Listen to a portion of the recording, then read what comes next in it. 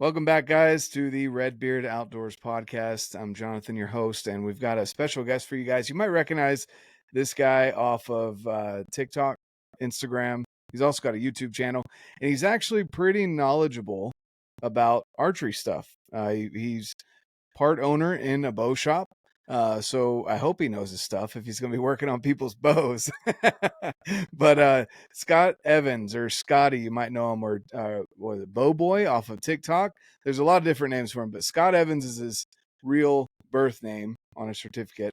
And Scott's here to talk to us a little bit about kind of who he is, what it's like, running a bow shop, and then we're going to get into, how he created he is himself on social media, but how he created the upflow of, engagement on social media with just his straight talk, doesn't sugarcoat things, and lets you know how it is. So with that being said, Scott, for people that don't know who you are, who are you?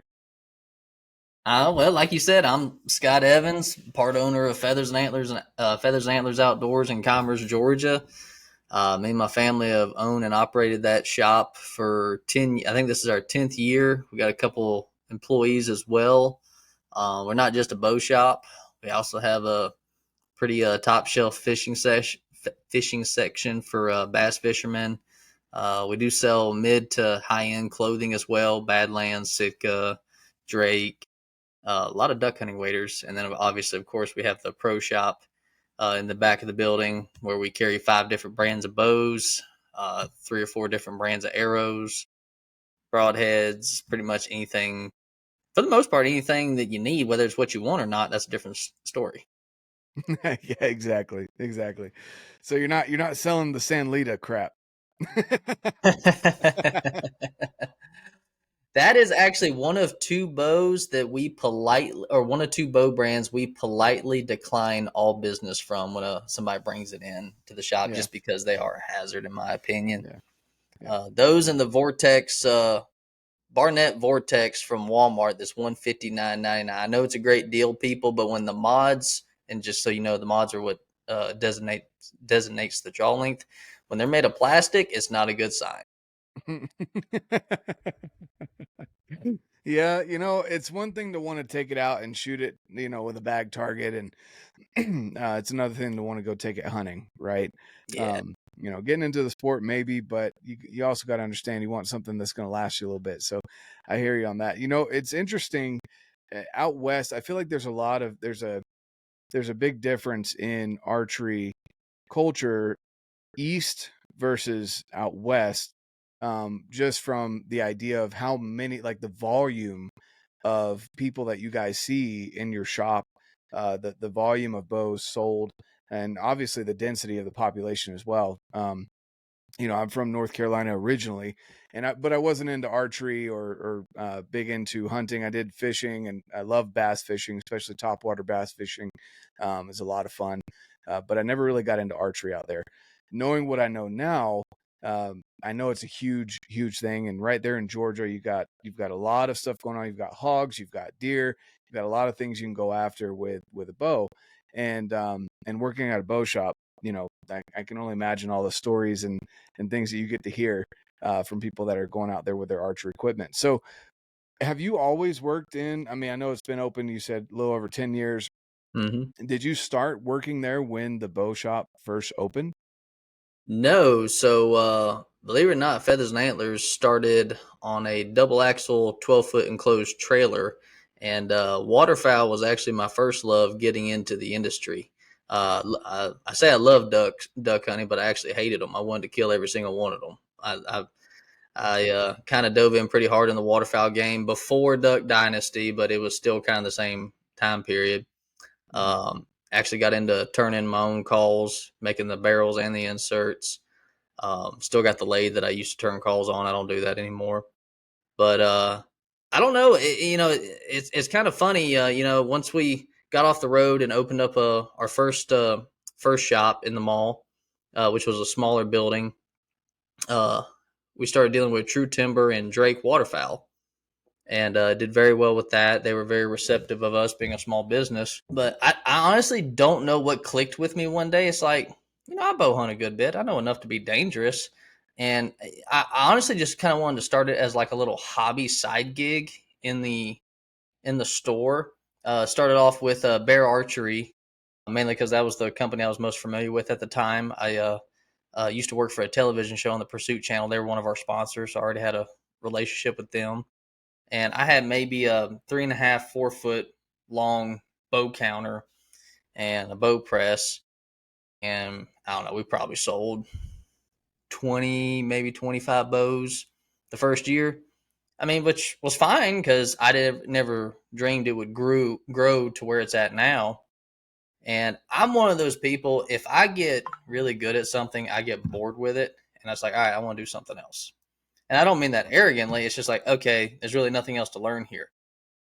I found early on with bows, between the bows, the arrows, releases, the companies, the content creators, all the people you meet, there's always something different. And my ADHD mind loves it.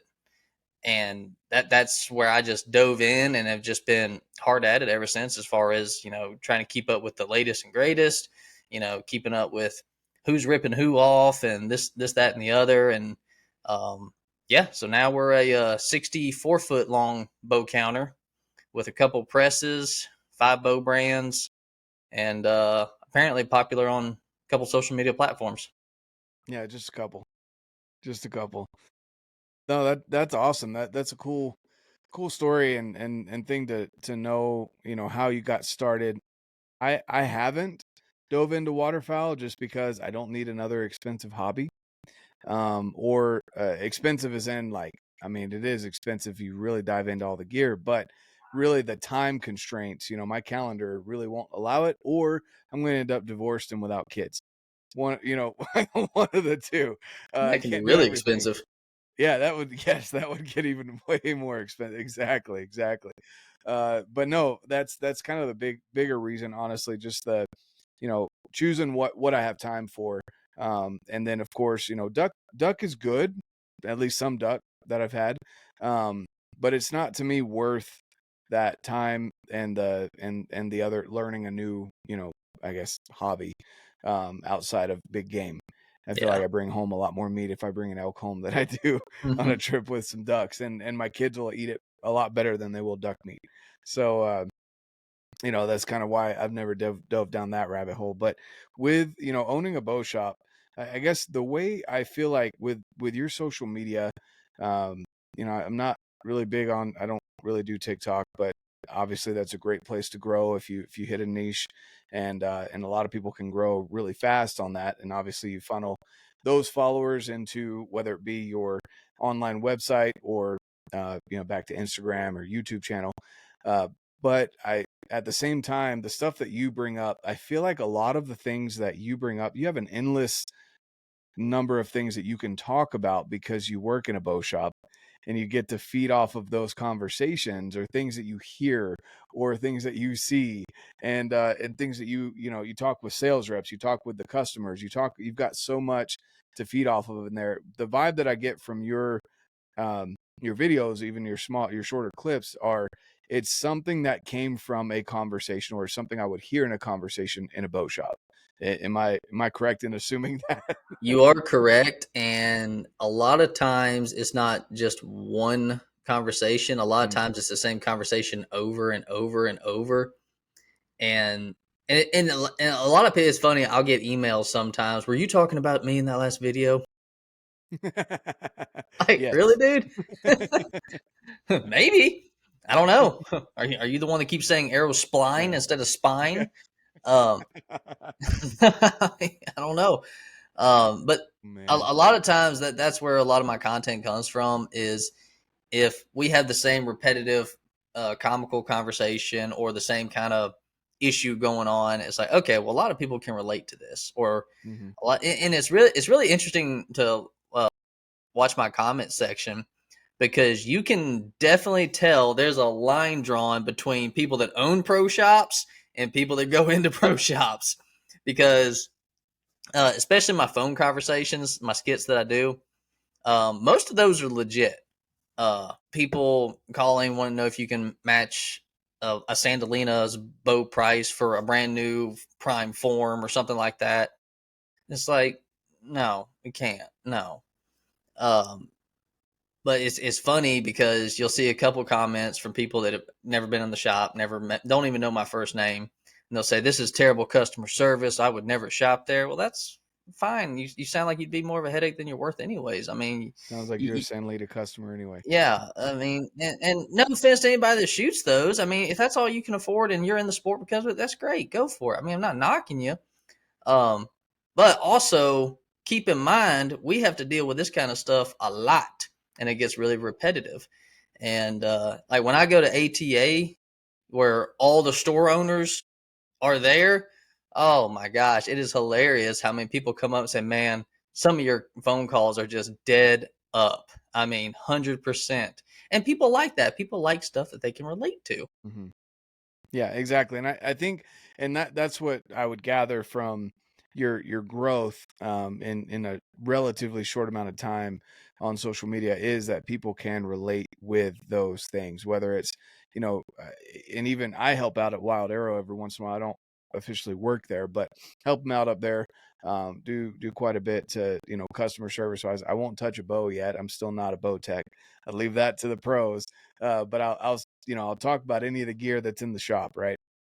And the things that people say, it's like, man, I can relate to a lot of the stuff that you're bringing up, and you're a lot nicer than I am as far as the San Lita.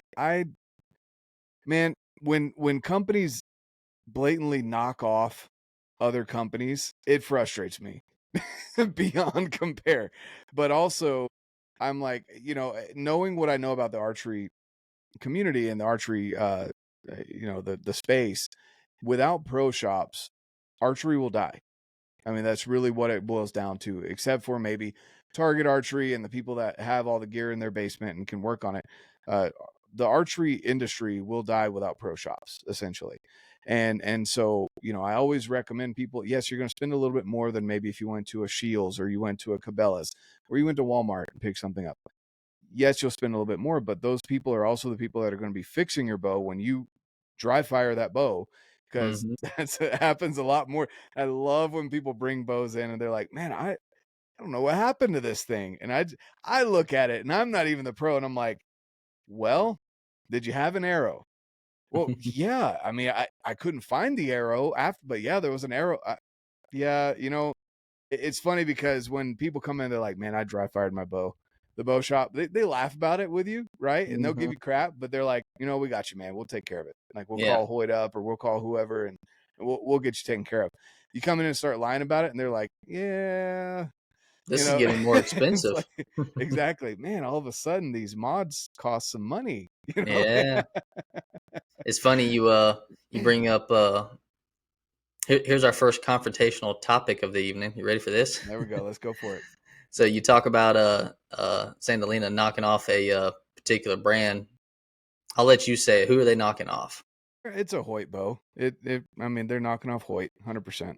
Yeah. You know why? No, other than it's a China company or whatever, and that's what they do. Yeah. Well, also that's where the Hoyt carbon risers are made at, That's true.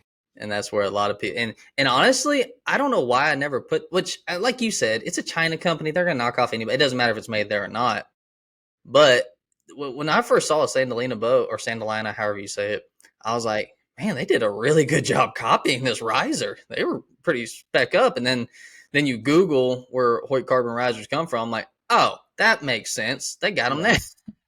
Yeah, they had a leak, you know, Yeah. at the location. All of a sudden, San Lita comes out. Yeah, and it's the same thing with arrows. I guess they have some new arrows that came out now, and some people are actually shooting them. I'm like, I personally would not trust those, but whatever, you do your thing, and I mean, it's because all the company. Well, I can't say all of them.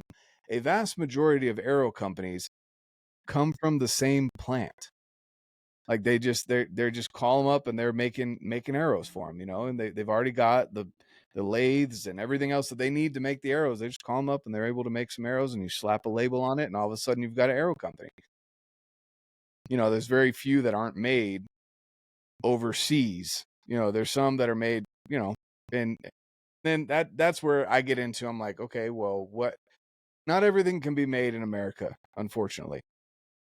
That's just the gist of it. But what countries am I okay supporting? You know, is kind of the way I look at it. If you are going to go outside the U.S., what are allied countries or whatever that you want to support? And that's kind of where I go with my stuff. But more than anything, it's go support your local pro shops, whether you're in Georgia, whether you're out here in Utah.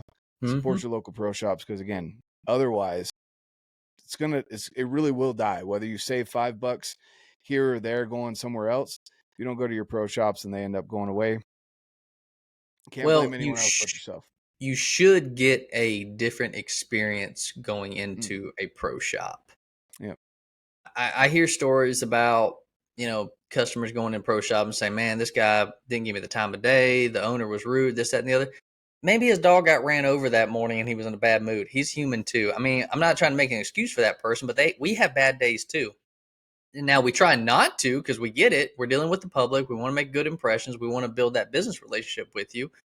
But when it comes down to it, I mean, yeah, you can go to Cabela's and buy or pick a bow up off the rack. They're probably not going to set it up for you. If they do, be careful. Let them shoot it first. And not to knock anybody at Cabela's, but I mean, your limitations. I know you want to set it up. I know you want to. I know you want to be a John Dudley and all that, but how many years experience you really got? Mm-hmm. And that's what you get when you come or should get when you come into a pro shop is, somebody answer your questions, take you through everything. And I'll tell you straight up, a lot of times, especially first time customers that don't have the best form, I tell them straight up, I'm like, hey, we can paper tune, but it's probably not going to be in your best interest right now just because your form's not there. You're not consistent. You haven't figured out your grip. I don't really want to charge you for a paper tune yet because it's not going to do you a whole lot of good. Let's first work on sighting in at 20 yards and then come back and then we'll do your paper tune. Yep. No, I like that.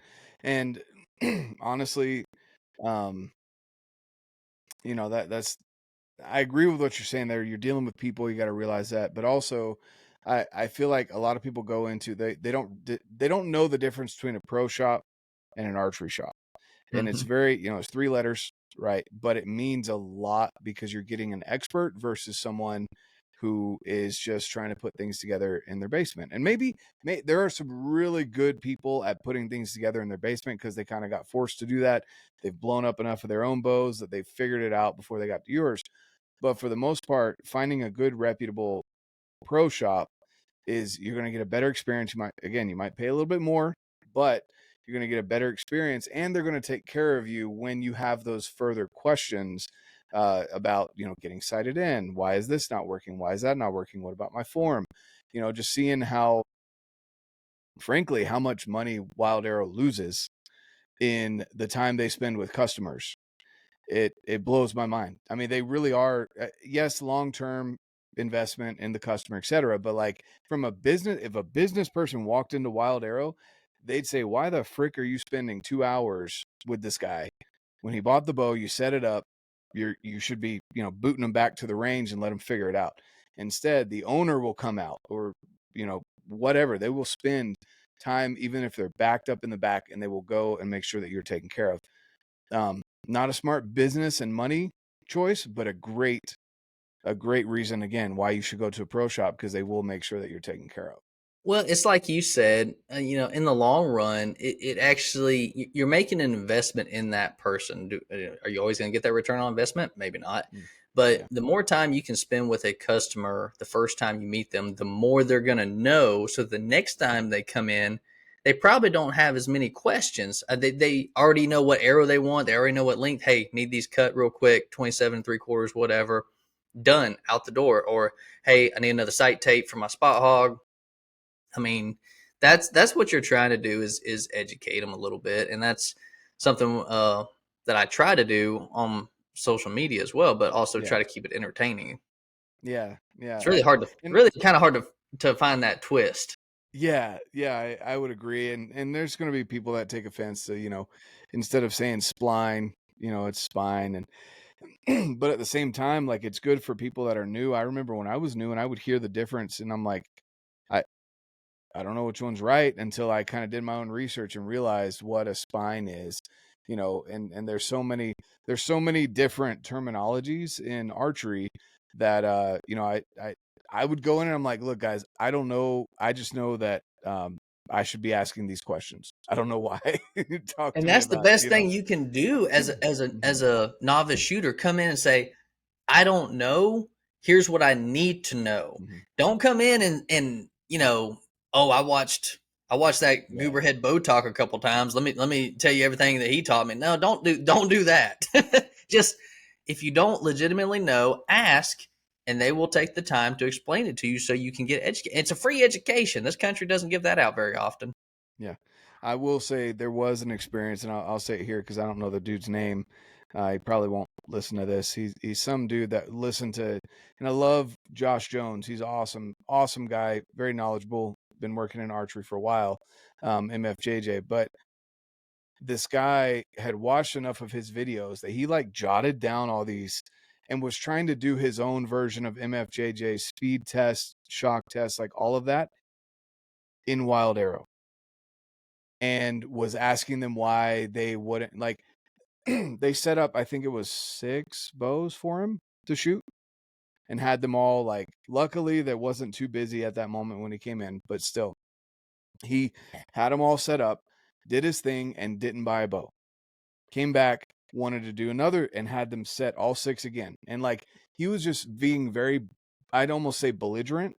And then the worst part is, man, he ended up going and buying a bow off of KSL, which is our local like Craigslist, right? And then bringing it in and wanting them to set up the bow for him. Yeah, And I for was anybody just like, listening, don't do that. yeah. That will piss off. I Oh yeah. mean, you're basically paying child support for a baby you didn't have from a girl you didn't have sex with. That will piss me off. I Yeah. mean, Oh yeah. Yeah. don't. And like, and that got them so frustrated because they were like, man, and I was like, look, MFJJ is great. He puts out great information. This guy is just being like, you know, this isn't what Josh is encouraging people to do. He's trying to put the information out so people that don't have access to all 7 of these bows, whatever, can get the information, you know, from his stuff. But yeah, it was crazy. Like this dude had a freaking, it was either like a folder or something where he had everything written down, all of the stat, like it was crazy. And then he was asking them, well, why don't, well, you know, Josh does it this way. Why don't you guys? And I was like, oh man, you just you just like crossed the line. You are No. so lucky you didn't get thrown Number out of two, here. don't say, "Well, the other pro shop said." that Oh man. I'm like, how about you drive your happy butt up to friggin' Spokane Valley and have Josh yeah, validate all of the things you're saying right now? yeah, don't do that. I mean, if you want to do your own testing and stuff, Yeah. that's fine. But if you're gonna if you're gonna, I mean, honestly, if somebody comes in and we usually set up like 3 or 4 bows. Yeah. Yeah. Yeah. If somebody requests that we set that many up, I'll always ask them. I say, "Are you potentially looking to get set up today?" And if they tell me I'm just shooting bows to figure out which one I like, I'm gonna set them up. I completely okay with that. Um, but if they give me the hint that they're gonna shoot mine and then try to find it online, nah, sorry, homie. Yeah. no, Exactly. no, because we don't charge people to set bows up and Mhm. shoot them. Oh I yeah. mean, that'd be like a car dealership charging you to test drive their vehicles. I mean, Mhm. that would put a bad taste in the customer's mouth. But if you're going to hint around that you're going to take your business elsewhere and you're going to ask me a bunch of questions and take up an hour and a half, 2 hours of my time when I could be doing something else that generates revenue for my business, nah. Mhm. And that's not to be rude. That's just educational for you guys out there. You got to look at it from the other side of the counter too. We don't have millions and millions and millions of dollars in the bank. We do this for a living. Yeah. Yeah. Yeah. There's not a lot of money in the archery industry. There's just really not. You know, you guys do it out of a passion for the sport, and because you want to see people, you want those success stories. You want the people that come in and say, "Man, I shot my first buck. You know, it might have been kind of a small basket buck, whatever, but I shot, you know, shot my first buck this year thanks to a bow that you guys set up," or whatever it is, you know. That's something that I can only imagine for you guys is like top of the line, uh, you know, what you guys enjoy the most. But I do, you know, I want to shift a little bit from ragging on what not to do in a bow shop here. Let's hop on real quick. Let's do a little Instagram live and see if we Yeah. can field some questions from people. Speaking of You know, Instagram, shout out Wild Arrow. I like what y'all are doing on Instagram. I see a lot more reels popping up. They look good. I don't know the gentleman's name that runs the place, but well, I don't know him personally. Sorry. I mean, I know his face. What is his name? it's his Jeremiah. Jeremiah. Biblical name. Jeremiah and Dallin are both, they're co-owners. Dallin's kind of younger guy. He doesn't like being on camera too much. Speaking of which, dude, I have a beef with freaking YouTube right now. Okay. I put up, so Luke, I don't know if you saw the recent like his breakdown. Luke is like, he's one of the teenagers that works in the shop. He fletches arrows and does customer support and stuff. I actually don't know how old he is. I'm assuming he's legal age to work, but I think he's like 15, you know, something like that. But anyway, he's a teenager, been shooting archery for a while. I put the short of, you know, the reel from Instagram up on the Wild Arrow YouTube page, and within 30 minutes it was pulled down and said child endangerment. He wasn't even shooting a bow. He was holding the bow and talking about the accessories, not an arrow knocked, not a release in sight. And I'm like, wow. And my personal account had just gotten flagged for that too. Like 3 days prior, my son, I'd take him to go shoot 3D shoots with me. And so I posted a slow-mo video with a good, you know, little uplifting thing in the background, message, whatever. And I got flagged for it on YouTube because children doing dangerous things. And I was like, what? And so anyway, yeah, when that happened to Luke's video, I was like, oh man. Well, I'm like, sorry, Luke, like you can be on the Instagram page, but we can't put you up on YouTube anymore because apparently holding a bow is dangerous. We according gotta to get you. We YouTube. gotta get you some facial hair, homie. Oh geez. Yeah, and raise the voice a little bit. Or I guess Yeah, lower the voice a little bit. Yeah. that's But funny. anyway, yeah, so Dallin and Jeremiah are the co-owners there. Jeremiah's been doing it, man, for probably before he had facial hair. He's been working in archery, so he's very knowledgeable. And I don't think people realize when he's giving the hour to 2 hours that he spends with a customer, most of the time it's accidental, because you can schedule the wild arrow experience with him where you actually schedule out 2 Hmm. to 3 hours of his time where he goes through from the moment he builds your bow all the way to sighted in at 20 yards. Yep, we He'll do the same accidentally thing. do it sometimes. You know, if it's not busy, he'll walk a customer through everything. And I'm like, you guys don't realize the gold you're getting from Jay right now, because he's so nonchalant about it. But it's like, you are stupid knowledgeable, you know, and sharing that gold. So anyway, yeah. Okay, let's go on the old IG here, because I don't know how to do. What do you have on TikTok now? Like what, 2 million? What's your followers on TikTok? Because you probably got a little bit bigger on TikTok than you do On Instagram. TikTok, it's a little over 200K. Let me look. I don't. 216. Yeah, I just don't know how to do a live on there, but we'll do a live here. I'll If invite you do a you. live on TikTok, you probably won't do one on Instagram ever again. Really? Yeah, you'll get a Why? lot more traction. TikTok is really big on pushing the lives. That's how where I get a lot of my followers from, which I haven't gone live in a Really? few weeks. But a live on TikTok, when I used to do so I used to do what's called Bows and Brews. I still do it here and there, and it would be a podcast like this, but it would be live. Okay. And we'd have anywhere, depending on who I had in there. Like if I go live by myself, I average roughly between 80 and 140 people at any given time. But whenever, like a few weeks ago, I had Bow Disciples, James in there. I had Josh Jones. I had I think Paige I Pierce. saw that, but didn't you Yeah. guys put it on Instagram too, or? No. It records, so I can download it and post if I Mm, want to, but I never do. But at any given time, there was 300 to 500 people on that live, and they like it because they get to like Instagram. They get to ask questions, this, that, and the mm-hmm. other. Yeah, I'll have to look into that. I keep getting told that TikTok's place to go, and I'm like, we'll see. we'll see. For lives, it definitely is. Okay. All right. Well, I'm gonna hop on here. Let's see if I can get my phone to hang out right there for me. I got bugs knocking the shit out of my kitchen window from these lights. I didn't think about that. It'd be all right. See here. All right, and then let's see if I can invite you. I feel like your lighting is a lot better than mine. I'm a little jealous. Oh, are you going to invite me to the live on Instagram? Yeah. Let's get you live here. Let's do it kind of like a little inception here. Let's see here. Whoa, that is not. My algorithm's great. Oh yeah. Do I just go into your live? Yeah. Well, I just sent you an invite, so it should. I think. Oh, there it is. Oh. Let's see. Go live with RedBeard. We've got a couple people here. All right. Let's see if I can maybe mute. How do I mute? All right. Do I need to mute on here or on the phone? Let's mute on the phone. Let's turn it all the way down. So, yeah, we got a little echo here. That inception going on. Is it still echoing? Yeah. Let's see. Turn my phone down. I don't know where to set this sucker. Hold on a second. Let me grab my. Oh, it's right there. Hold on.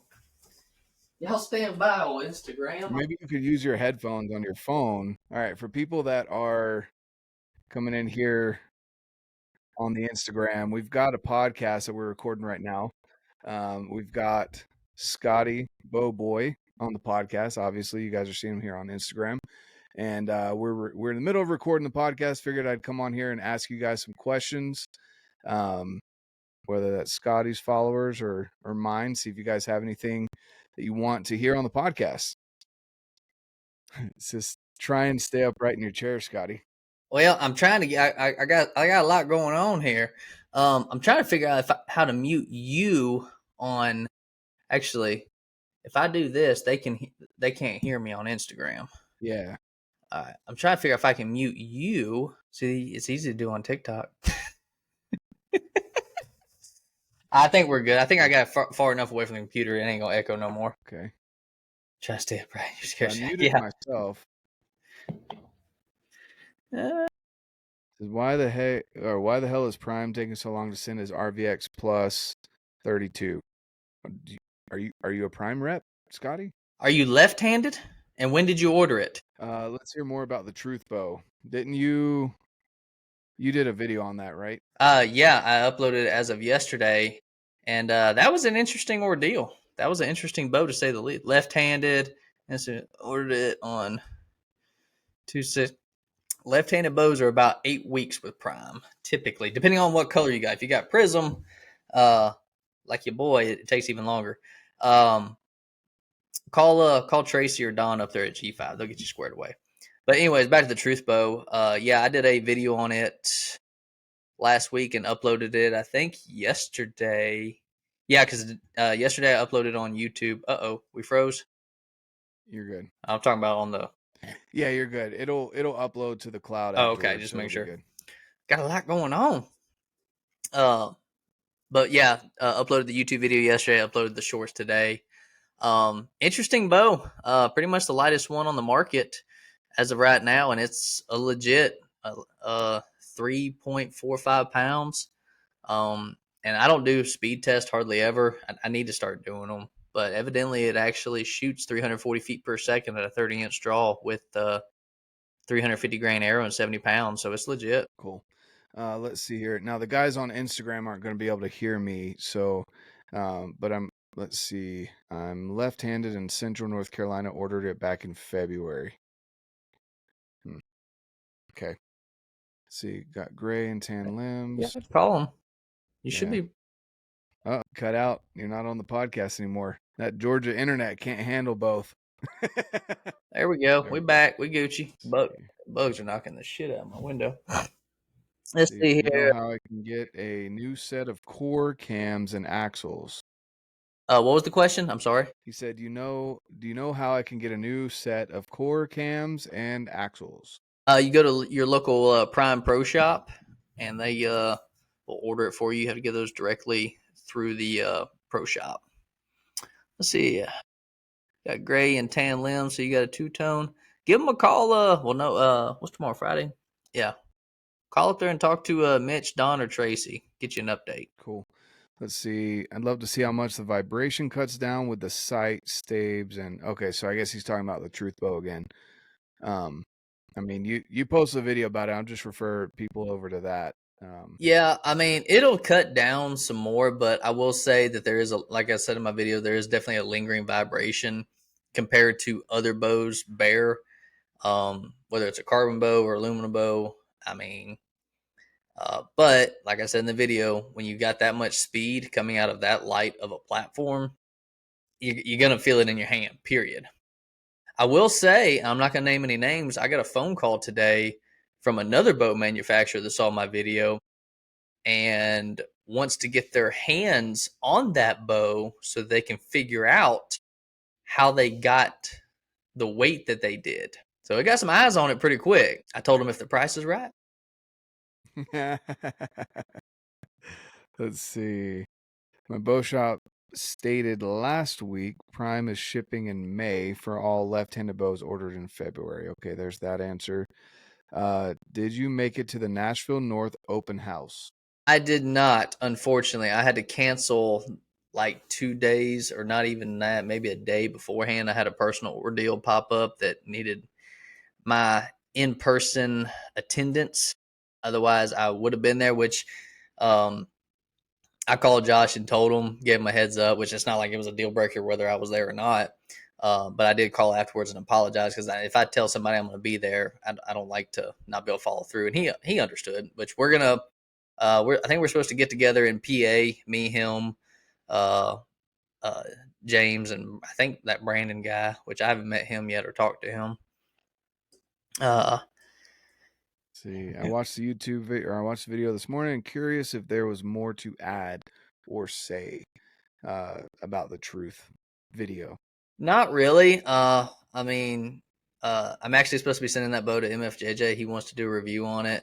I told him he'd have at it because he'll do his speed test and everything. And I left some meat on the bone. There's some stuff that I could have talked about that I know he's gonna want to talk about.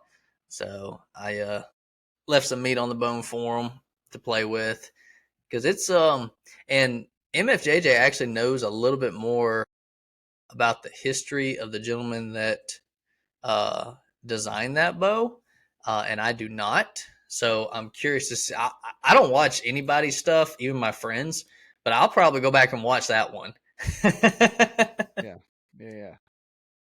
Heck yeah. Good stuff, guys. When When this does it? pod drop? A couple weeks. It'll be a couple weeks. All right. Let's see. All right. Let's say, Scotty, what's one of the things that what was one of your favorite things that you've talked about on what TikTok, Instagram, just kind of a quick clip that you talked about, whether it was a topic that you heard repeated in the bow shop that you wanted to address in your sarcastic manner, or what's maybe one of your favorite things that has come up that you had fun making the video and talking about. Man, that's hard for somebody that posts a video every day. Definitely some of the phone call. I tell you what, one of my most fun skits that which it really wasn't even a skit. We were just sending videos back and forth and playing on each other, off of each other. Trent Ellis, me and him did a skit. I don't know if you know, he's the redheaded fellow, always does the comedy stuff, the hunting skits. He's hilarious, super great guy. But that was probably one of the most fun interaction videos as far as, kind of a goofy redneck backwoods customer calling a pro shop, trying to figure out, hey, I need the fastest bow you can get me. And I'm sitting there holding on, well, there's a crossbow. You want this one? That one was probably one of my favorite ones, which Trent is just, when he gets into character, I can't do it like he can. He's pretty cool. And he actually, shout out Trent Ellis. He did his first stand-up a few nights ago with my buddy Zach Rushing. And I think he killed it. But that was probably one of my most fun videos I've ever done. As far as like something that just like straight up pisses me off. I shouldn't say pisses me off, but I don't know. Some of the conversations I have over the phone. Here's one. When somebody calls and they find out it's me, They got me. I can't hang up. I can't. Your voice sounds familiar. I'm like, no, it don't. No, I don't know what you're talking about. Is Scotty there? No, we fired his ass. He's gone. Yeah, No. he was always on that Tik Tok. Yeah. We had to fire He him. don't work here. We actually just hired him for social media purposes. That's it. Nah, I like it when people call and obviously they want to talk to me, but I get calls from Canada a lot. And no offense to Canada, but you boys are long winded. And goes back to, spending the time and this, that, and the other. The only problem is we don't ship to Canada, and I doubt they're gonna drive all the way to Georgia to buy something from me. So it's like I don't know what to do. Exactly. No, that's funny. That's funny that you get calls from Canada. What in the world? Is it from the social media or like Yeah. how do they even? Yeah, apparently TikTok or Bowtalk is popular in Canada. I had no idea. I literally got 2 last week, and it was really weird. I mean, it's like, hey, I'm up here in Saskatchewan. I'm like, what do you want me to do? Out of what? Okay. Oh, that's awesome. That's cool. Well, sweet. Well, it doesn't look like there's a ton of people asking questions, so maybe we'll hop off here and maybe you can show me live how to work the Tik Tok because We'll do it right now if you want to, homie. We'll switch over. Yeah. I'll show you what the live's all about, homie. All right, let's All do right. it. We're gonna hop off of the old Instagram. Y'all Yeah. switch over to TikTok. All you Instagram folk, go and subscribe to the YouTube channels, and we'll post this podcast soon. Let's see. Oh, there was one that slid in just at the end. Let's see. Scotty, I watched your short about the 2026 ATA going public. Mm-hmm. I looked around and haven't seen anything else posted about it. Any insights on that? Well, you're not gonna see anything on it because it first hit the manufacturers, which is how I found out, and then it hit the retailers as far as email yesterday. So they probably won't post about it it'll be a while. Yeah, it'll probably closer towards ATA next year. Yeah, I would probably say July or August, maybe. Give them a little bit of heads up. Awesome. All right. There we go, guys. We're logging off here off of Instagram. Okay. Let's see if I can log into TikTok. Yeah, it would. Let's see here. How many followers do you have on TikTok? Dude, I literally just barely started one. Like, started actually paying attention to it. So I've got like 20 followers. I don't know if it'll let you turn your camera on or not, but we can try. We can. How many do you have to have? 1,000. Yeah, I'm definitely not even close to that. Well, if we can get you in there, it might boost you up pretty quick. Does it give you the live option? This is what I got.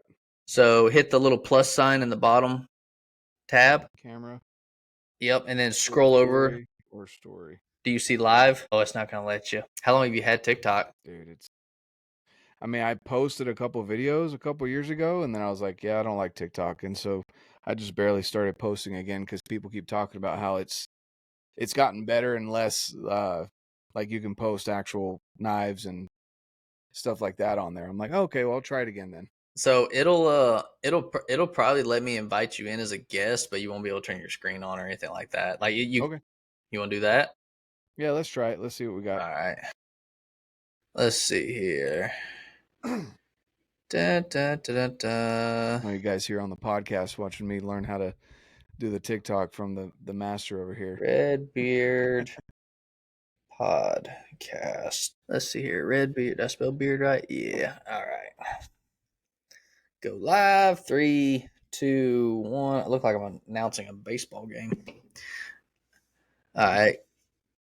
Go ahead and hop into my live, and I'll see you, or should see you, and I'll invite you. It's BowBoy, right? Bowtalk. Bowtalk. Yep. Bowtalk on TikTok. Dog's barking at something in the background there. Do what? My dog's barking at something in the background back there. What's happening, boys and gals? Let me know when you're in there. Okay, I'm in. All right. Is your name RedBeard in here? Yep. RedBeardOutdoors. Jonathan got it. Invitation sent. Come on in. There she blows. And it definitely does not. Oh, wait. Hold on. Oh, yeah. We got the microphone, but it probably won't let you turn your camera on. Nope. That's silly. All right. I'm not as cool as you, so I don't get to use my. You'll get there, kid. It's all good. It's all part of the game. How we doing, boys and gals? Let's see here. Let me expand this a little bit. Bingo, but there we go. They can hear me, right? Yep, they can hear you. Okay, cool. So we got the podcast going here with Scotty. We've got BowBoy, whatever you want to call him, Twisted T Scotty. We got so we're just been recording the podcast here. Wanted to hop on. We went on Instagram. Now we're here on TikTok. I'm still figuring this platform out. I have no idea what is going on here. It looks funky. So anyway, we just want to hop on here and ask you guys questions, or you guys ask us questions so we can chat about them and post them on the podcast here. So let's see, what have we got? Man, these questions are coming in hotter than. Oh yeah. Oh, it's pretty rambunctious. Did you make it in Nashville for MFJJ's opener? No, I did not. I had to cancel last minute. I had a personal emergency come up that I had to take care of on that. And guys, if y'all are just getting in here and you don't know who RedBeard is, go ahead and click on his name, give that poor fellow a follow so he can turn his camera on next time we decide to do this. Lord have mercy. I promise you, he's popular on other platforms, but he's learning over here. What's up, Dustin Marvin? How you doing? I am. Oh, thank you. Thanks. Christopher just followed me. I appreciate that.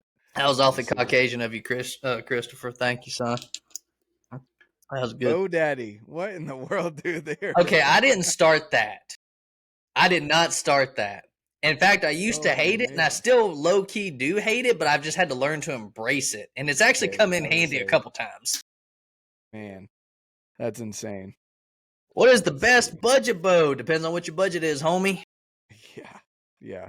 Because if you walk into Wild Arrow, I'm gonna say, and the question for the people on the podcast here, what's the best budget bow? If you walk into Wild Arrow, we're probably gonna point you towards the Prime. What's the Revit? It's not a Revit. Ronin. Yeah, they've got so many R's.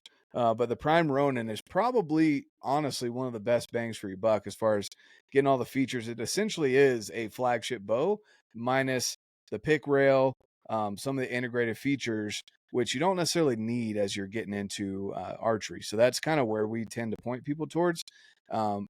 Elite makes another one. I'm trying to remember, again, depending on what your goals are with it, but Elite makes a good one in that price range that usually comes in some kind of bundle to get you going. That's generally where we point people to. It used to be the Hoyt Torex, but they've stopped putting those out there. So yeah, it's usually those two. They stopped production on the Hoyt Torex? I don't think they've stopped production, but they're definitely not selling like they used to when they first came out. So I don't know the details on that. But we definitely don't sell those unless they're secondhand. Scotty, would you be interested in coming to Florida for a tack style shoot? Oh Lord, y'all got big mosquitoes and mean women, old son. Oh, hey, it's way out west. Yeah, hey, he did ask that question. I saw that over on the Instagram. I would love to if he was saying January. So, now that's different. That's what I'm saying. Like that sounds like an actually reasonable time of year to be in Florida. Yeah. So, as long as it's not around ATA, potentially RedBeard can pick me up on his way down. There you go. Yeah, as long as Scotty gets to listen to his favorite band, the Florida Georgia Line, he will. I'm more of a Morgan Wallen guy, for being honest. I really do love me some Morgan Wallen. Oh, there you go. Let's see. How often do I have to change my string? Well, how often do you shoot, Jackson? Yep, very good question. Strings on a bow are like tires on a car. Depends on how much you drive it. Yeah, there's certain parts, like whenever, and I like to show this to customers when they come in and ask, because some people, they'll shoot a handful of arrows and then they call it good, put it in their bow case, and then they hunt with it. I don't agree with that, but I always recommend getting, if it's in your budget, I recommend getting a second set of strings, like just right off the bat, and have your stock strings as your backup set. So you're not waiting on an order in case something, heaven forbid, happens. You have a backup set of strings that you can take into a shop and say, hey, dude, I'm once in a lifetime hunt. I need help. I need a press. I need to put a peep in.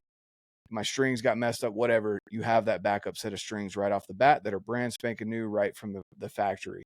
That's what I always recommend if it's in your budget. If it's not, look for serving separation around the cams, fraying in the strings. If you've got pieces hanging off of it, your peep's twisting really bad. Look at here. Those are kind of Bree said, when did you get a fancy setup? Bree, when did you get pregnant? Let's talk about that. I heard stories, homie. God Jeez, almighty, girl.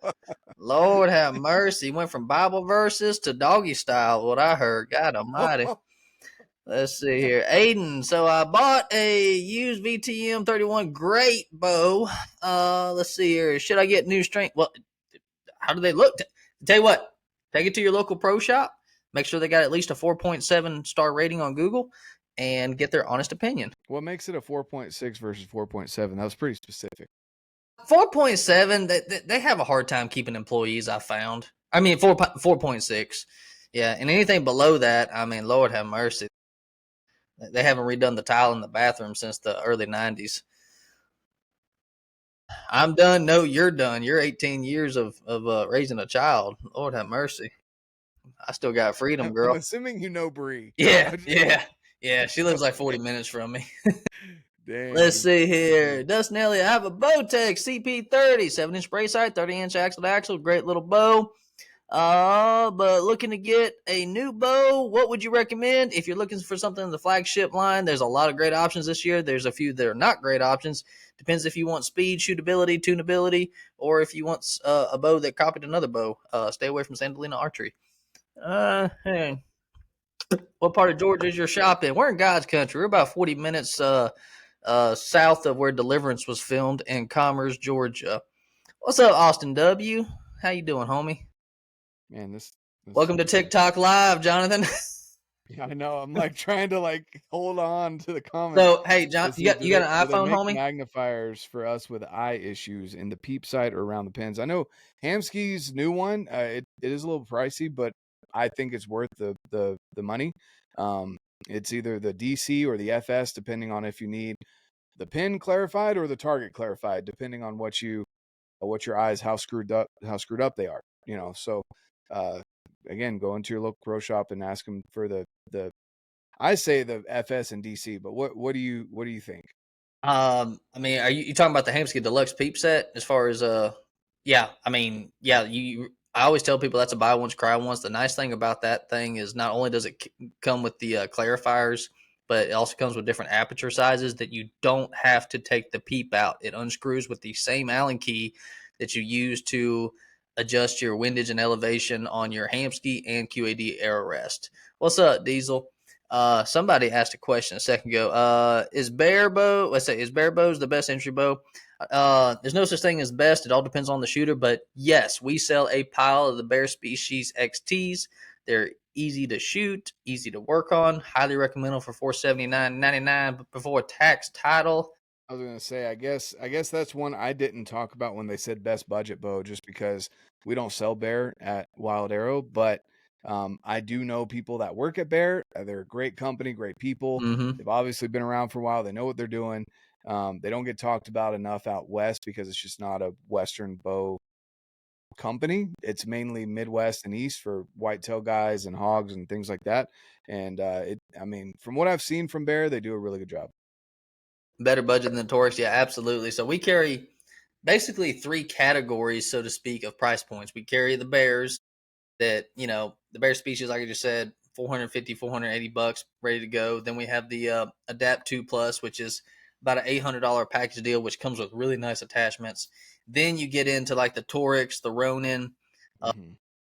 That's more like that $800 range. Yeah, and that's bare bow though, so you still got to put Yeah. on your rest and everything. Yeah.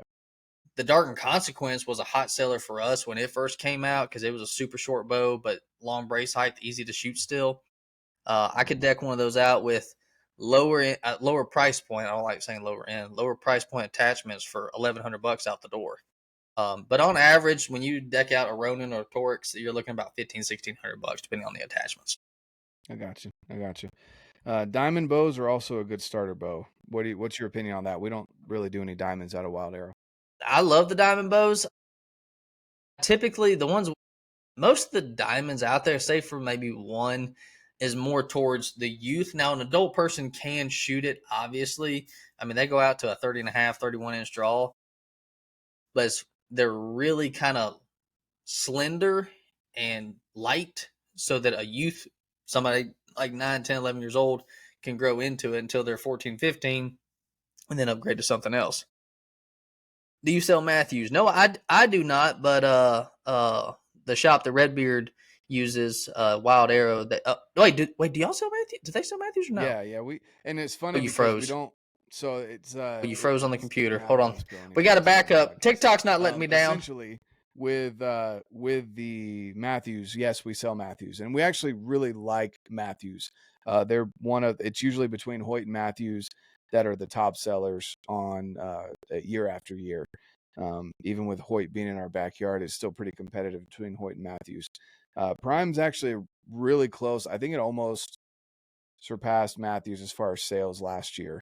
So, but it's in the top 3 for sure. But yeah, Matthews, Hoyt, and Prime are definitely our top 3, with Elite right after that as well. Nice. Let's see.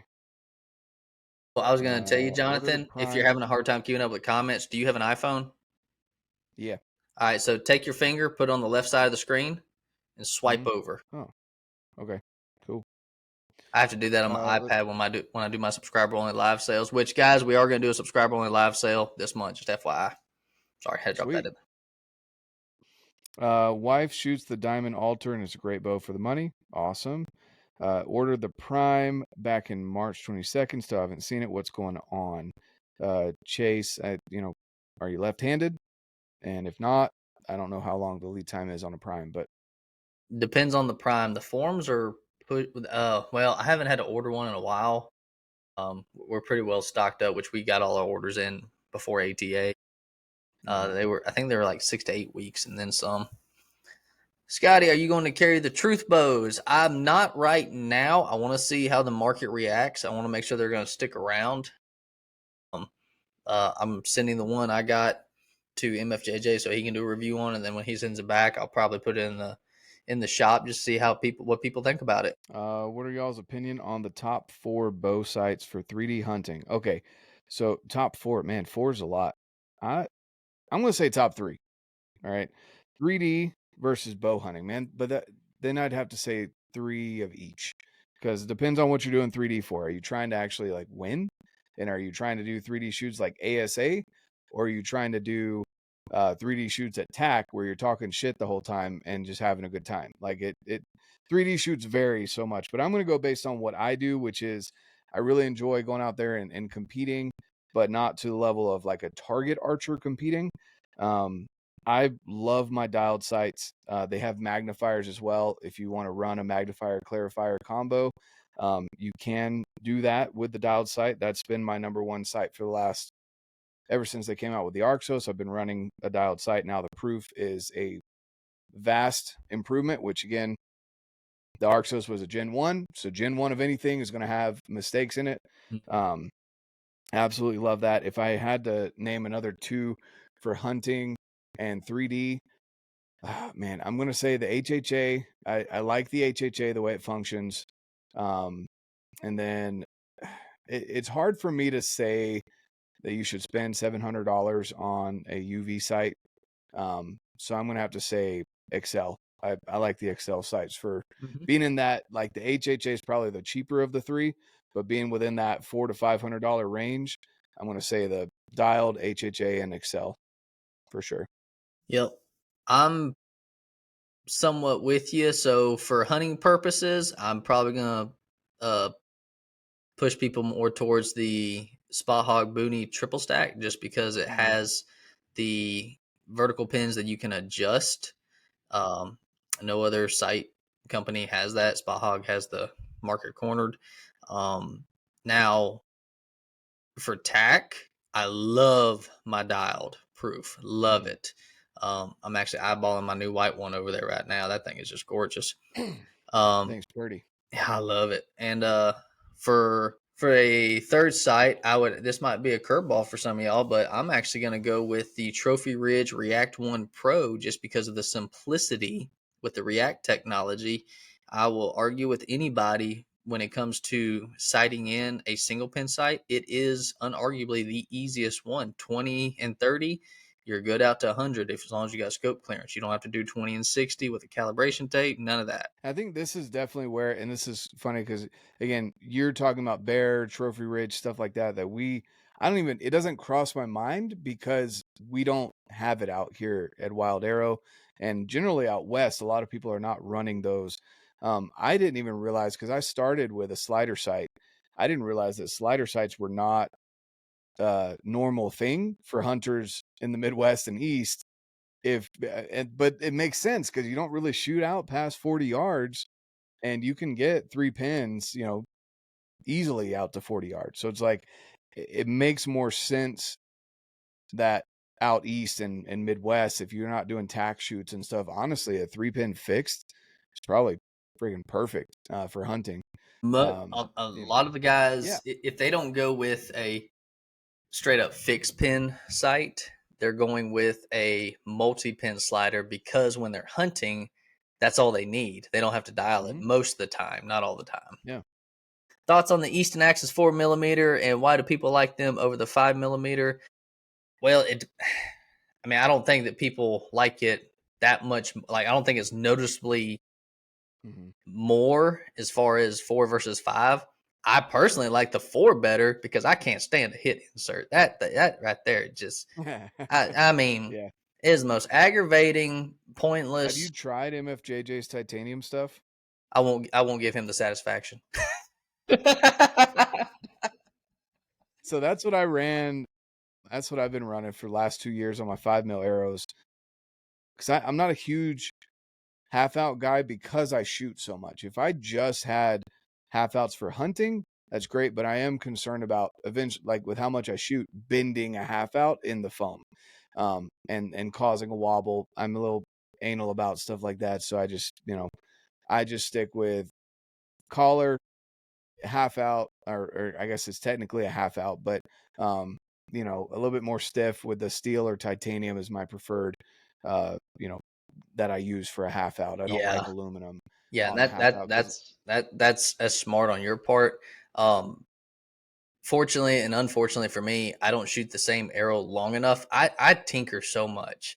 yeah, I shot 9 deer this year, 6 different broadheads, probably either 6 or 7 different arrows, just playing, 5 different mhm, bows. Just tinkering around and playing and having fun with them. yeah. I got almost as many arrows in my basement as I do at my shop. So you tinker worse than I do. I feel like I tinker a lot, but and going to the 4 mil, I don't like any components for 4 mils, to be honest with you, any upfront components. So I do glue in systems, which again is, I feel like it's a lot more common out west than it is out east from what I can see. But I prefer the Evolution glue-in system, and that's what I would deem my elk arrow over the last 2 years has been the 4 mil. I run a VAP TKO, but the 4 mil Easton, I'd say Easton and Victory are pretty much the top 2 arrow companies, at least at Wild Arrow, and from what I can see out there. But either the 4 mil Easton or the 4 mil, VAP or VAP TKO with the glue-in system, you can't go wrong with that. I mean, it's pretty much indestructible. I break the arrow before I break the front components at all, with that system. I know Iron Will makes a good system. I'm still not a huge fan of a 2-blade broadhead with bleeders, even, just for blood trail purposes. I'll do a 2-blade mechanical, but a 2-blade fixed is a little hard for me to. I keep one in the quiver for like a frontal shot if I need to on an elk because I know it'll penetrate. But if I'm looking for blood trails, I'm a mechanical guy. So that glue-in mechanical from Evolution is definitely my favorite for 4 mils. Um, let's see. That's what my Best buddy place to Dylan order. Dylan said he was started running them Evolution broadheads. I haven't messed with those yet. Dude, they are gnarly. He's got like a 3-inch plus for turkeys. He's got the 2-inch is what I run for elk. Um, and then he's got a 2.5-inch, I think I'm gonna get the numbers off, but he's got like a 2-inch, which is the standard one, and he's got a whitetail Fury, which is like 2.5 inches, and I've run that through whitetail, no problem. And I describe it as like for people that are, that aren't familiar with it, it's like a mini iron will on the front. So you're getting at least a 3/4 inch cut, no matter what, whether the mechanical opens or not. And then you've got perpendicular to that mini iron will on the tip. You've got blades that come out in kind of that half moon shape, and you either get that 2-inch or 2.5-inch, depending on which one you get. You know, as far as that goes. So I love them. And then I use his fixed blade to broadhead tune out at distance. So I I got turned on to the Severs a little bit this year. G5 Megamates are still my go-to. oh yeah, dude. Just because I've got a lot more animals on the ground with those. I've been shooting them a lot longer, but that Sever hybrid, and I'm so proud of the boys at Easton, well, boys at Sever. They finally came out and said we are owned by Easton. They were trying to keep it under wraps for a while, and I don't know if it's because I started telling people, it's like, why are y'all trying to keep it under wraps? Be proud. This is great. Exactly. Exactly. And they've got some really cool things in the works too for people out there that are interested in Sever. There's a lot of people interested in Sever. I'll be glad when they let me sell them online. Right now, it's still an in-store only product, which I get it, direct to consumer. I don't want to mess with their market. A lot of people don't realize is Sever's basically, for the most part, a one-man show. I think there's a few other employees, but oh god, Casey, yeah, I think Casey is his name. Yep. I mean, he's working his butt off over there. Yeah, he is. All right, guys, drop a couple comments in the TikTok live. Let's see what you got. Top 3 releases. Go. Best place. Oh, sorry. Nope. I was still back on the one right after the 3D hunting. There's 28 new messages I haven't looked at, so maybe that's why you're down there. I just let it go. I don't pause. Best place to order replacement strings. Hoyt Helix 2019 for reference. I personally run gas strings. I know you can order those online. But again, I'm going to refer you to your local pro shop. If you have a good local pro shop, order through them so that you can get them to install them. That would be the best option. If you don't have one from there, my first preference is gas. And I really like the gas System X strings. The high octane's a great one as well if you want different color options. But yeah, what do you say about that? I think gas is a great option. The only thing I have, or the only yearly complaint I hear about gas is just their turnaround time. Okay. I know they get a little backed up, and that's why we've always stayed with Threads. Threads custom bow strings. If I order a string tonight, it'll ship tomorrow. The quality's there, and they're just easy. And actually, I made a video not long ago talking about how they are the longest standing archery company in our archery department. We started with them and never changed. We've had other companies try, but I just politely tell them, I mean, the pricing's great, the customer service is second to none, and they've never given me a reason to change. Better lighted nock than nocturnal. Seems when I buy a pack 2 don't work. The first 10 shot suggestion. Check out Halo lighted nocks, homie. That's been a company that I've had really good success out of. We got them on our website. Hey, speaking of which, well, you can't. Hold on. Let me show the guys. Hold on. Hold it back up. I got you. Halo lighted nocks. My favorite, but they have blue, red, strobe. Actually, dude, so it's still running outside, which surprised the heck out of me. It's been over a week. It's been almost 2 weeks that and this was after I had shot it in December through a couple of deer and then turned it off immediately once I got to the arrow. But I shot it at a 3D shoot, the Halo nock, and I was like, I'll just leave it on to see how long it lasts. A week passed, and I'm like, damn. 2 weeks have now passed, and I'm like, I walk out there, and you can't see it in the daytime, but at night when the lights are off in the garage, it's still got a glow to it. I'm like, good night. Okay. Like, I think they advertise a guaranteed 20 hours, but I mean, whatever, 2 and would be almost 2 weeks. Whatever time that is still running. So I like it. Scotty, me and a buddy tried the Halo nocks from your shop, and one exploded when he fired it. My only question there, brother, was it knocked all the way? That would be my only question. And if for 100% no doubt it was, then I'll get you another pack of lighted nocks, because you would be the first one out of the tens of thousands of those that I've sold to have that problem. But I'm not saying it's not possible. Anything's possible. Yeah. I mean, making sure the nock is seated all the way in the string, but also seated all the way into the arrow. It's got a good fit. That's the other thing too. Like if it's loose at all, that could cause issues if it's not fitting right into your arrow shaft. Definitely. I What was hate the when I question you push. said about releases? Top 3 releases, go. Okay, you go first. My personal favorite is the Stan Onyx right now. I really love that thing. It's almost unarguably the best bang for your buck as far as a high end release goes. $10 cheaper than an Ultraview, but it comes with 2 thumb pegs, 2 thumb barrels, a safety mechanism. You can switch it from a 3 to a 4 finger. They also have the click option that's a few dollars more if you want that. Right behind that would probably be the B3 Omega Pro. I never had an issue with that release. I shot the snot out of it for many a years. And then just as a starter thumb release, obviously I'm a thumb guy. I would probably point you towards the B3 Exit. It's $134. Great starter release. What about you, Yeah. Jonathan? Sweet. Well, since you did all, I'm gonna hit on. I've loved the Onyx clicker. Some people don't like the click. I actually really do because I like to rotate between the click, the thumb button, and the hinge, just to keep myself, honest in the off season as well. I don't hunt with a hinge, but I do like having that click there, and it's subtle enough that it doesn't really, you know, alert the animals. When you're out, it's not some loud click like a lot of hinges are.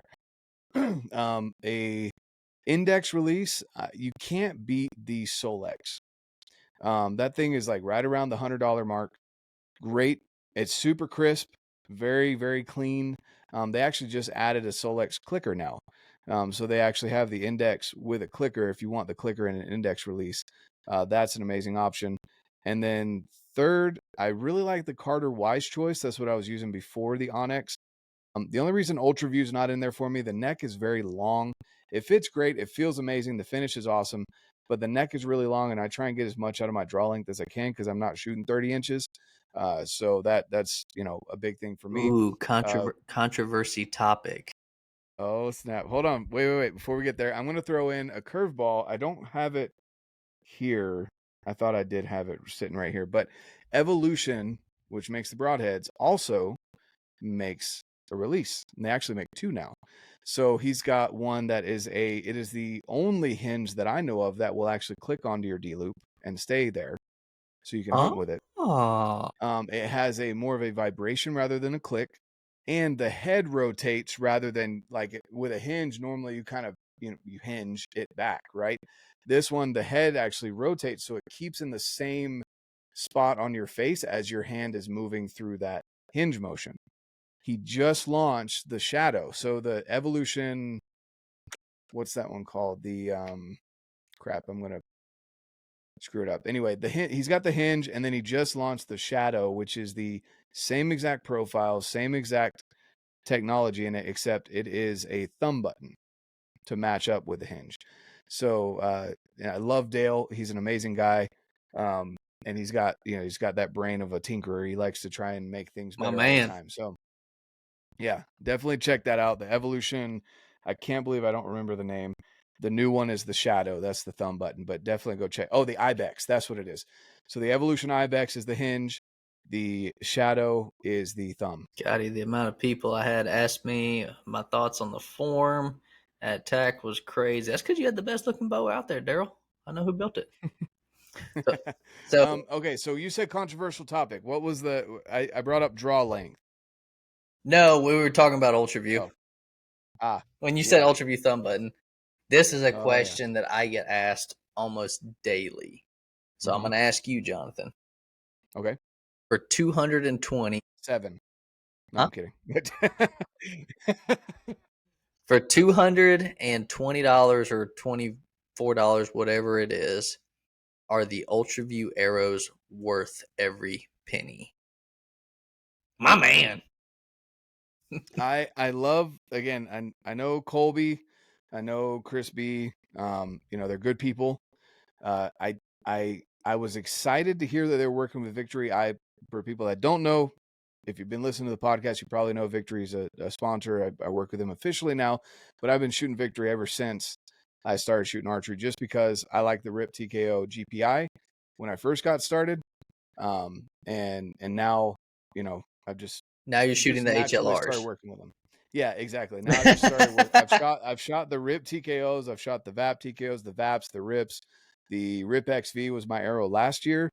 And then this year's the HLR. And again, for elk, I'm going to be doing the VAP TKO with the glue-in system. Easton's right here in my backyard. I've toured the facility. I love the guys over there. Cody Griffin's an awesome individual. But I still really like Victory. And so anyway, when I heard that Ultraview was going to come out with an arrow with them, I was like, okay, this is exciting. They're like, yeah, something that's never been done. I'm like, okay, that's intriguing. Like sometimes that's good, sometimes it's not, right? Just because you're the first to do something doesn't mean it's the best thing out there, you know? Yeah. And that 4.5, like there's some cool things to it, but I also feel like there's obviously not another component that you can get up front for them. So you're kind of stuck with what they have to offer, which if you like that, cool. But I don't see why you would choose that over an HLR, a Rip TKO, Easton 5.0, or if you wanted to go smaller, you know, the VAP TKO, the VAP if you're looking to save a little bit of weight, or the 4 mil Easton long range. Like I don't know why you wouldn't do one of those. It's a collector's item, man. Have you not seen that Yeah. box? That thing is tits. Yeah. Oh, I would agree. I would agree. And they've got the cool fletchings too. The only thing, okay, so I will say the consistency in the components on the half outs and the tips was impressive. I weighed them all. I did a video weighing them all out. They were all the same down to the decimal, which Easton has match grade products that do the same thing.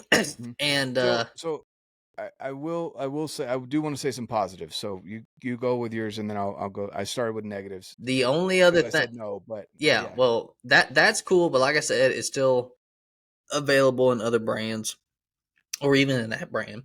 The only other thing I like that they did was they did a left offset with the fletchings. Mm-hmm. Other than that, yep. I mean, I hate it when people ask me questions sometimes because I'm a terrible liar. You can ask my mother. All she has to do is look in my eyes. But when they come in the shop and they pick up that box of Ultraview arrows, they'll look at me. I'm like, here it comes. And they'll say, are these worth it? I'll say, hell no. Absolutely. Hell no. Absolutely not. Well, when they have someone like you that can build them arrows, you know, or and that's the positive. That's where I'm going to come back to the positive here. Again, we're spoiled. You're very knowledgeable. I build my own arrows. If I didn't, I've got Wild Arrow right there in my backyard. You've got, you know, an amazing. I mean, you do an awesome job with your arrows.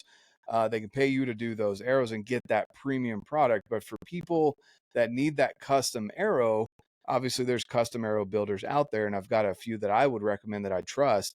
But again, if you really like Ultraview, you want the new thing, and you want a custom built, very detail oriented arrow, like you pointed out that they all weighed the same.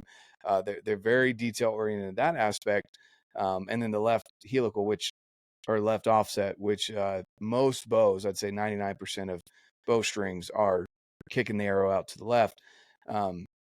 There are positives, and if it's in your budget, cool. I mean, they look awesome. They definitely stand out. They have the cool fancy wrap. The way they offset that weight of the wrap is cool. But again, you're paying for kind of a cool factor, the new thing. And let me pause you real quick and get you a subscriber. Okay. It's Redbeard Outdoors is what the podcast is. Cedric, go ahead, brother. Yeah, I appreciate that. And so that, you know, again, great guys, great ideas. If you're into Ultraview, cool. I'll say, you know, it's the same thing with, I'll just go into Montana Knife Company. I work with Montana Knife Company. There's people that bring up the pricing on their knives.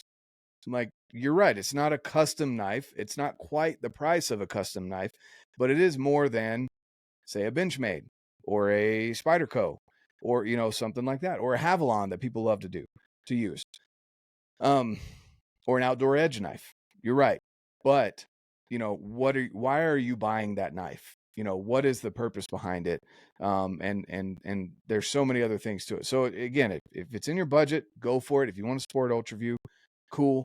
I personally I'm like, I like building my own arrows and tinkering and messing around with the inserts up front and everything like that. So I'm not going to buy a pre-made product personally. So here's what I tell people. Yes, it's on Spotify. I'm assuming your Yep, podcast. Spotify, YouTube, and Apple Podcasts are usually where. So here's what I most of tell these things. people for a 6-pack of UV1K arrows. Like I said, 220. I can build you a set of It's rip. 220 for 6, right? Yeah, for 6. I can build you a 6 count of Victory Rip TKOs with whatever wraps you want, whatever fletchings you want, shipped to your door for about $185. Yep. Tax, tag, and title. Exactly. Yeah, exactly. Let's see. We keep having this pop up. Are the halos hard to turn off or easy like the Nocturnal? They're pretty easy. I don't have one out of the box right now, but essentially you make sure that, I usually take a fletching and press the button in between the, the two nock points, press the button. And then on the side, you can use your nail, you can use a field point, whatever. You just press the button down on the side and it turns off. I mean, yeah, it's not complicated. It's very easy. You literally use the serving on your string and a little bit of meat off your thumb to turn it off. It's very to me. I love the boys of Faradyne. I work with them, but if you're comparing it to like their shift, it's actually easier to turn off than the shift. I've about rolled my fingernail back turning that SOB off before. Really? Yeah, it's now one of my favorite things about, or two of my favorite things about the Halos and why I wanted to try them, and now we pretty much strictly just sell them, is one, they're a lower profile. They're closer to the actual size of a regular nock versus your lighted nock, other lighted nocks that are bigger. So you don't have to worry about nock pinch as much. And they're 16 grains, 17 grains total weight versus other lighted nocks are about 23, 24. So they take off some meat off the back end. There you go. Let's see. Any other questions because we need to wrap this up. I got to go back to being dad. Otherwise, I could sit here and talk archery all night. So let's see. 12-pack of Eastons. Okay, we've talked about that. Have you reviewed the Martin Firecat? I mean, I would if they send me one. Fair. I ain't gonna go out and buy one. If that's what you're asking. Yeah. HLRs, are they better than the TKOs? What's your definition of better? They are lighter weight. If you go 300 spines, kind of typical across the board. HLR is 8.1 grains per inch, and the TKOs are 8.9. So you're saving a little bit of weight if you care about that. The tighter weave, I think it looks cool. Haven't tested them at long range to see. They seem stiffer, even though they're both 300 spine arrows. They seem to not bend when I do a little flex test as much as the TKOs. And so it really does come. I mean, better is very subjective, I'm assuming he's talking about the RIP TKOs, comparing those. Yeah. I'm going to assume that too. Just sticking with the 5 mil. But yeah, that's kind of. I mean, that's kind of what. And I heard a lot of things too. A lot of people sleep on the RIP XV. I'd say it's a great bow or a great arrow for tack stuff. It's super lightweight if you're looking for that faster arrow. I think I'm gonna shoot those next year. Yeah, I love it. And again, with the MFJJ components up front, those titanium with the collar, I was worried about it being a little brittle, And at 300 spine, I think it's a 7.1 GPI arrow, so it's stupid light. I kept it at around 400 grains, and I put it through a mule deer, completely passed through with a mechanical, 2-inch mechanical at 70 yards, quartered away, went all the way through her. I put it through multiple whitetails, just does while I was culling out at my buddy's property, and went through no problem with mechanicals. So the RIP XV's got my vote, and it's not as brittle as people were telling me that it was at 300 spine. And I was shooting it out of, I guess last year I was shooting a 75-pound bow, not quite the 80 I'm used to, but yeah, I've about made up my mind that's gonna be my tack arrow for next year, just because I've shot the X Impacts for the past 3 or 4 years. Yeah, 4 years. Just time to, but they fly so good at long distance. Ugh. Yeah. Well, and my tack arrow this year is a HLR. So I did the HLR and the 250 spine RIP XV. So 300 spine HLR, 250 spine RIP XV. They're both the same weight. So same components, same weight. As far as GPI and everything, I do a little 4-fletch AE 2.0 shield cut, a little tiny vein on the back. It's coming out at just under 400 grains. It's like 390. And dude, that thing is ripping out of my AX2, which is, I think it's pulling like 84 pounds. That thing is flying. It is I screaming bet. to the point where the ice coating is no longer valid. Like, I talked to my buddy over at Victory. I was like, look, dude, I've never had an issue pulling your arrows out of foam targets. And I can't, like, no one wants to pull my arrows out. He was like, well, he's like, what's going on? I told him, and he was like, oh yeah, dude. He said, once you pass 300 feet a second, like, you're basically melting the foam onto your arrow as Yeah. it goes into Yeah. the target. 100%. Well, let's Yeah. let's go ahead and turn off the TikTok live here. Yep. Boys and gals, appreciate y'all tuning in. Don't forget to give Red Beard a follow so we can see his pretty face next time we do this. Appreciate y'all. Right. I had a buddy we had a call and he ended it like that the other day, and I was like, okay, Hannah Barron. That girl's a beast. She pulls 70 pounds, Oh, her little dude. 4-foot ass. Sheesh. Yeah. Anyway, all right, man. This has been fun. We've been an hour and a half into this thing, and we can talk forever, man. I love talking archery. Yeah, me We'll have to too. do this again. Absolutely. I appreciate you Now having you me showed on, me how to homie. use the TikTok. Maybe I need to get up to that 1,000 subscriber mark, or follower mark. It So I won't can take get you long. yeah. I just got to figure it out. It's a whole new platform, you know. Hey, I almost doubled. I'm at 39 followers now. Thank you. Appreciate that. It's like everybody else. Just use me. Oh yeah. Yeah, right. Yeah, I did. I totally used you, Scotty. Oh man, that's hilarious. All right. Anything else you want to listen or leave for the listeners before we hop off here?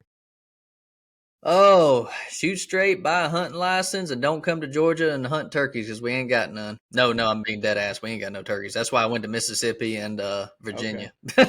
It's All right. just, it's Well, that terrible. makes sense. That makes sense. You got hogs and deer. Yep, which I've about killed all the hogs. Actually, caught one last night. We ran dogs last night and caught a nice little sow. That YouTube video will be up in the next. It might be up tomorrow once I do my interview and talk over and all that good jazz. Yeah. Cool. Nah, I appreciate Well, you having me Hannah, on, homie. yeah, I appreciate you coming on and talking archery with me. And like I said, we'll have to do this again. But for everyone out there listening, I'm going to leave Scotty's links down below. You'll find him, Bow Talk on TikTok if you're on there. BowBoy, I think it's 87? Something like that. BowBoy on Instagram, BowBoy on Facebook, and on YouTube. And YouTube. What are you on YouTube? Yeah, BowBoy. Cool. Yeah, definitely go check them out, guys. If you enjoy sarcasm, you enjoy archery, you enjoy hearing what people call in about and being a little sarcastic about the responses there, definitely go check them out. And again, Scotty, I appreciate it.